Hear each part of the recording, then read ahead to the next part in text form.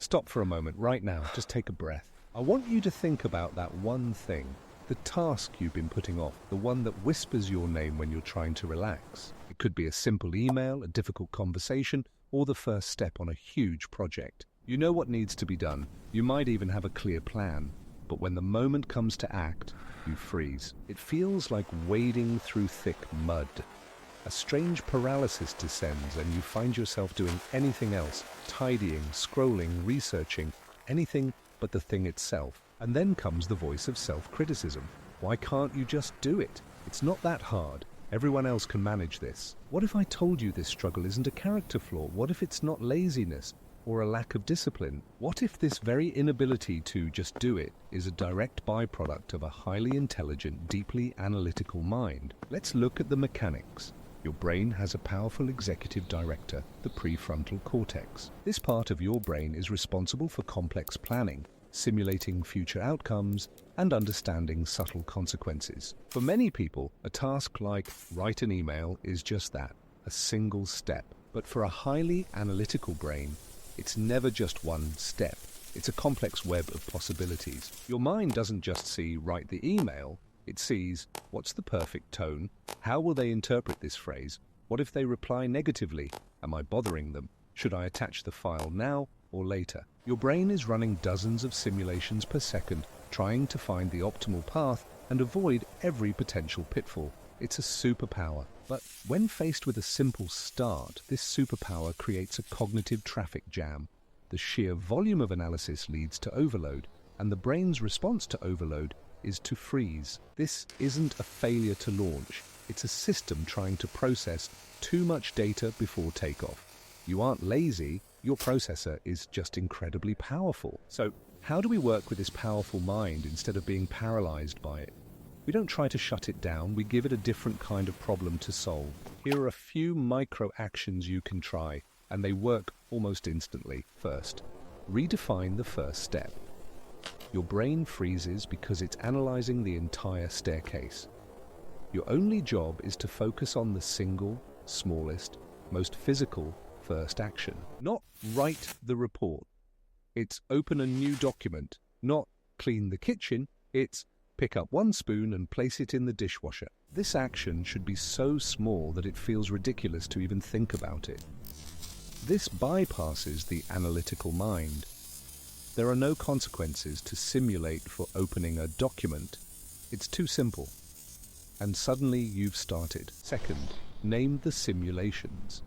When you feel that paralysis, pause and ask, what stories is my brain telling me right now? Say it out loud or write it down. My brain is simulating a scenario where my boss hates this idea. My brain is worried I'll sound foolish. My brain is trying to predict every possible problem before I begin. By naming the process, you separate yourself from it. The anxiety becomes data. You're not the storm, you're the scientist observing the weather pattern. This creates just enough space to take that tiny first step. Third, practice strategic ignorancy. Your intelligent mind wants a perfect, detailed map from A to Z. This is what causes the freeze. Give yourself permission to not know step C, D, or Z. Your only task is to figure out the immediate next step, step B.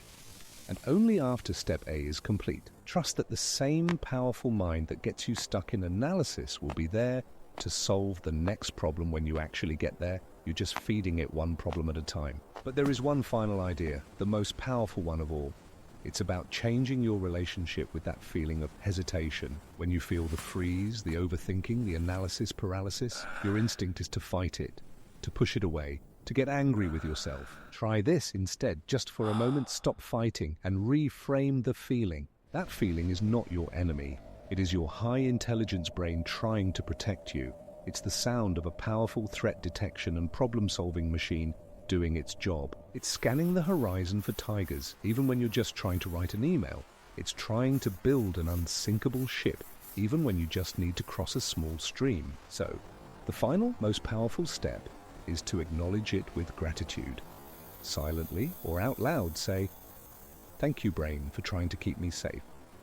Thank you for analyzing all the possibilities. I see you're working hard to protect me. I appreciate it. For now, though, the danger level is low. We can afford to just take one small step. This simple act of internal diplomacy changes everything. You shift from a state of internal conflict to one of collaboration.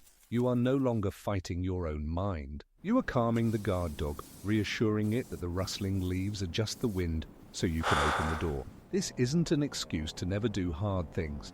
It is an operating manual for a high-performance brain. Your mind is not a rusty sedan. It's a finely tuned race car. You just need to learn how to drive it with finesse, not with a heavy foot on the gas and the brake at the same time. So, the next time you feel stuck, remember, this is the feeling of your intelligence at work. Acknowledge it. Thank it. And then, with its permission, take one tiny, ridiculously small step. You don't need to wait for motivation, you just need to get quieter, smaller, and kinder to the powerful mind that is trying its very best to help you.